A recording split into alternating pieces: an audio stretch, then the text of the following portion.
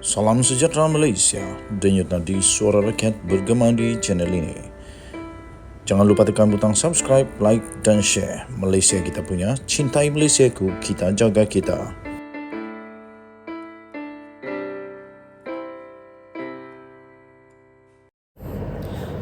Salam sejahtera Malaysia, denyut nadi suara rakyat bergema di channel ini.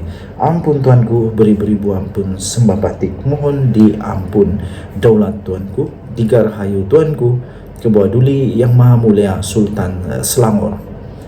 Baginda mengeluarkan titah lagi. Ini baru padan muka. Kali ini penunggang-penunggang agama yang menggunakan masjid, memfitnah di masjid, penceramah-penceramah yang mencaci dan memfitnah di masjid habis, termasuk di surau-surau. Kali ini memang habis, kerana Sultan Selangor bertitah ada penceramah mencaci, memfitnah di masjid dan surau. Tak baik. Sudahlah memfitnah itu dosa, sudahlah mencaci maki itu dosa. Kalau itu dilakukan di masjid dan surau, apa tak tahulah manusia jenis apa begini sanggup menggunakan masjid dan surau yang begitu murni, begitu mulia itu untuk melakukan perbuatan mencaci dan memfitnah. Ini tak baik, dan memang patut Sultan Selangor murka kalau Baginda murka. Menjelang pilihan raya negeri, tidak lama lagi Sultan Selangor kembali sekali lagi mengingatkan agar tiada mana-mana pihak mengambil kesempatan menjadikan masjid dan surau di negeri Selangor sebagai pentas politik. Pada masa yang sama, Sultan Sarafuddin Idris Shah turut mengingatkan agar semua wakil rakyat atau pemimpin politik turut memahami larangan berkenaan dan mengelakkan daripada menjadikan institusi tersebut sebagai satu medan propaganda politik kepartian yang tak baiklah. Baginda bertitah, beta telah beberapa kali bertitah dan mengingatkan MAIS, iaitu Majlis Agama Islam Selangor, dan JAIS, iaitu Jabatan Agama Islam Selangor, agar memastikan masjid serta surau bebas daripada segala unsur politik yang boleh memecah belahkan perpaduan dan keharmonian umat Islam. Titah Baginda juga turut bertitah, masjid dan surau tidak seharusnya menjadi punca kepada perbalahan dan sengketa yang akhirnya membina jurang pemisah dalam kalangan umat Islam atas dasar perbezaan fahaman politik dan dendam politik yang tiada kesudahannya. Titah Baginda Sultan Selangor. Sultan Sarafuddin juga turut menambah ada penceramah tertentu yang telah pun mengambil kesempatan atas ruang yang ada di masjid atau surau untuk menyindir, menghina, mencaci, malah memfitnah pihak yang tidak sefahaman dengan mereka. Tindakan tersebut, titah Baginda, menyebabkan rakyat berpecah belah. Baginda bertitah, beta amat bimbang jika budaya sebegini tidak dibendung, ia akan terus memecah belahkan umat Islam, khususnya orang Melayu. Titah Baginda. Pandangan berkenaan itu disahirkan oleh Baginda Sultan Sarafuddin ketika majlis pembukaan sidang Dewan Undangan Negeri Selangor di Shah Alam pada hari ini. Terdahulu JAIS dan MAIS berdepan dengan persepsi negatif sesetengah pihak susulan pembatalan program dua penceramah bebas, iaitu Azhar Idrus dan Muhammad Wadi Anwar Ayub, asalnya yang dikaitkan dengan politik. Bagaimanapun, pihak berkuasa agama itu menjelaskan larangan berkenaan dibuat kerana kedua-dua personaliti terbabit sebenarnya tidak memiliki tauliah daripada MAIS. Pengarah JAIS Muhammad Sahzihan Ahmad berkata, susulan hantaran di Facebook pencerahan tersebut pada 5 Mac yang lalu, segelintir pihak telah membuat komen yang mewujudkan persepsi yang tidak baik terhadap Sultan Sarafuddin serta Kerajaan Negeri Selangor. Sementara itu, Sultan Sarafuddin juga menyeru agar semua pihak yang terbabit dalam PRN nanti agar mematuhi peraturan sedia ada dan saling menghormati satu sama yang lain. Baginda bertita, ingatlah tingkah laku orang-orang politik semasa tempoh kempen akan disaksikan dan dinilai oleh rakyat sebelum mereka membuat pemilihan.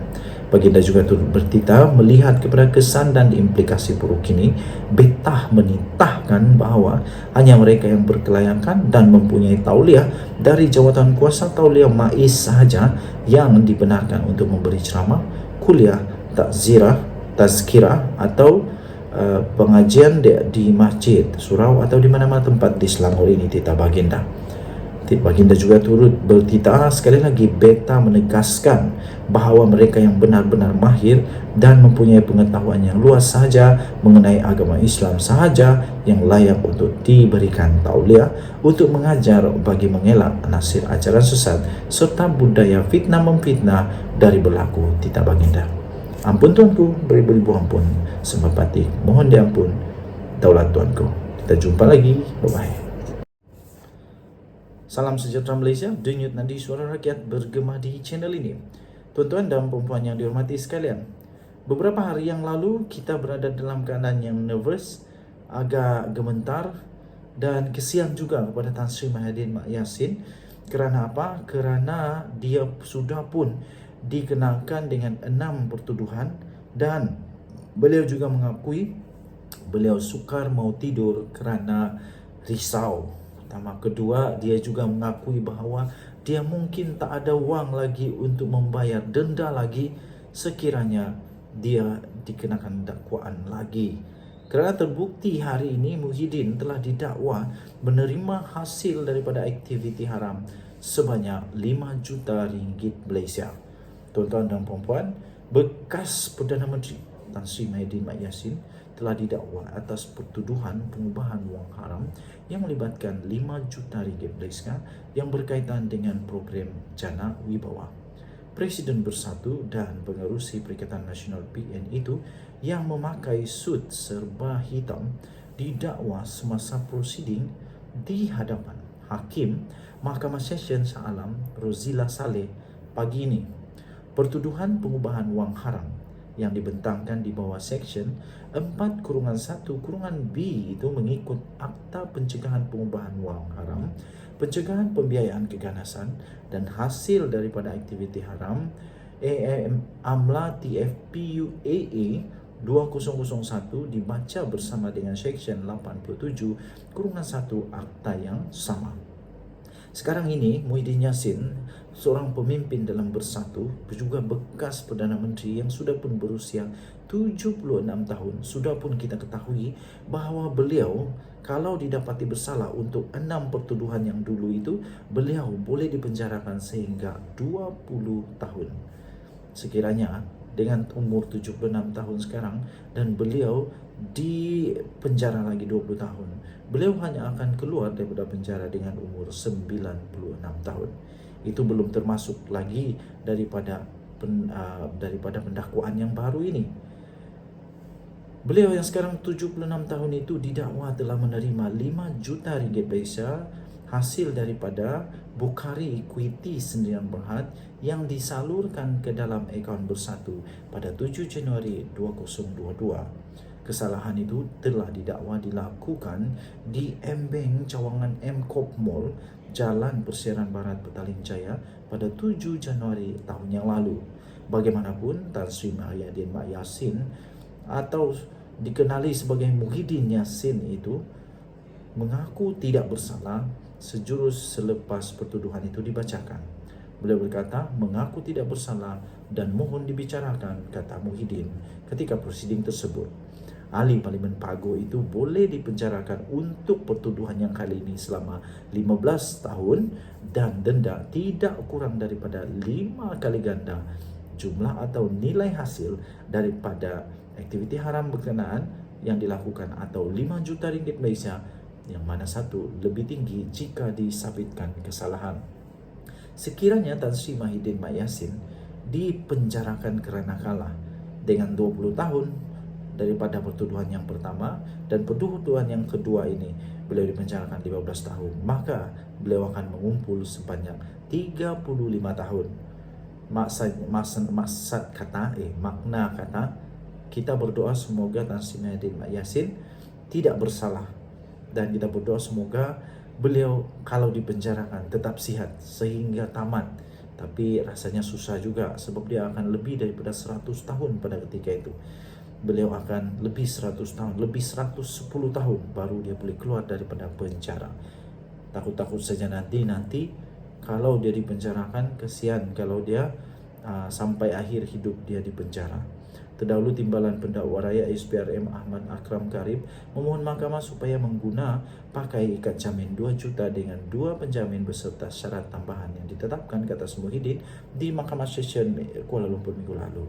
Katanya, saya juga memohon kes ini dipindahkan ke Mahkamah Session Kuala Lumpur memandangkan ia berkaitan dengan pembicaraan di sana serta tarikh sambutan di Mahkamah Session tersebut sudah ditetapkan pada 26 Mei ini, katanya.